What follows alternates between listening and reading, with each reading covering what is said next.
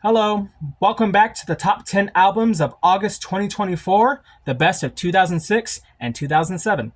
Today we're going to be taking a look at number 7, Riot by Paramore.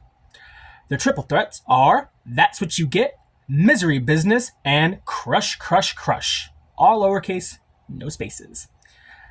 Was really excited to listen to this one, so let's see what I thought about it. I believe it was Christmas of 2008 when my parents finally got me Rock Band 2. It had guitars, drums, the whole 9 yards.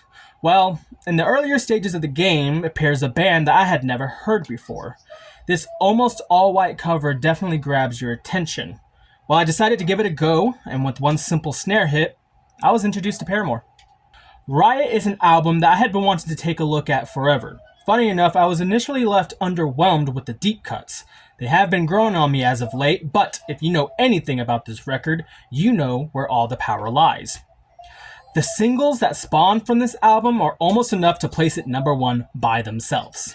Alas, we had to judge the overall album, so let's talk about it a little. Let's take a look at the early stages of one of the biggest bands in the world going on today. That's What You Get was the initial exposure I had with this group, and man, that's a hell of an introduction. As mentioned before, the song starts with one snare hit before the full band kicks in with the riff that has never left my head to this day. It's just so recognizable. Josh Farrow laid down the guitar tracks for Riot, and instantly I fell in love with his tone. The perfect amount of gain to let notes ring out properly, but still have just that bit of crunch. Great work from him throughout. Speaking of great work, Hayley Williams is a woman that needs no introduction. Hell, even way back when, it was obvious that there was something special about her. Her vocal range is phenomenal. She sings in a lower register on this track for the most part, but don't worry, there's still more to come. Absolute legend of a track that never gets old. For a pessimist, I'm Pretty Optimistic is a long-ass song title for one, and it is the opener of this record. Shit is heavy. Was really surprised that Paramore tuned all the way down to drop C sharp. I thought they were standard the whole way. Well, they used that tuning to great effect, especially during the breakdown. School of Rock Fort Worth actually introduced me to this track before the album did, if you can believe it. I was casted on guitar, which explains the tuning knowledge. It is as fun to play as it is to hear. There's an insatiable energy that carries on throughout. Great way to kick things off. If you're looking for a kick-ass song to learn on the drums, then check this one out for sure. Drummer Zach Farrow does an exemplary job on how to use every part of the drums. There isn't a tom or cymbal that isn't getting smacked on this track.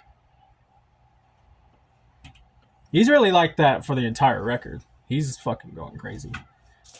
A deciding factor with this album was how well the supporting cast does, i.e. songs that aren't the hit singles.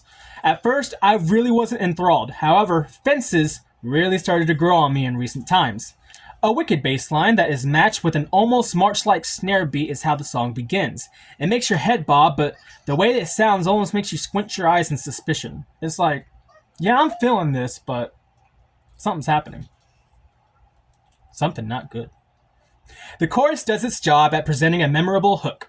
I love it when deep cuts have mainstream melodies in their songs. It really highlights how far this band's talents reach. What's actually insane is that I hardly even mentioned Misery Business or Crush Crush Crush. And I won't, because you probably already heard it.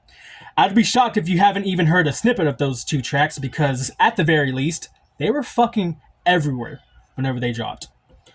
I always confuse this record for their debut, but still, to spit out this many bangers early on, it's incredible. You probably have already heard this one, so do yourself a favor and give it another spin. Why not? And that was Riot by Paramore. The main crux I have about this album is that I love the singles. I love, all the big hits, and they're so legendary, and they carry a lot of this record. It's just the deep tracks I wasn't really messing with all that much. I'm not going to go back to this record and listen to Hallelujah. It's just not going to happen. But for Fences and for Pessimists, I'm Pretty Optimistic.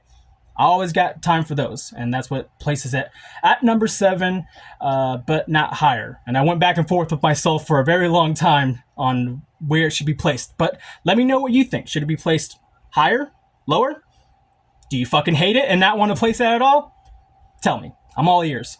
We're going to be back tomorrow with number 6, I believe. And all I got to say is, have you seen any good John Travolta movies? We'll see you then. Stay tuned.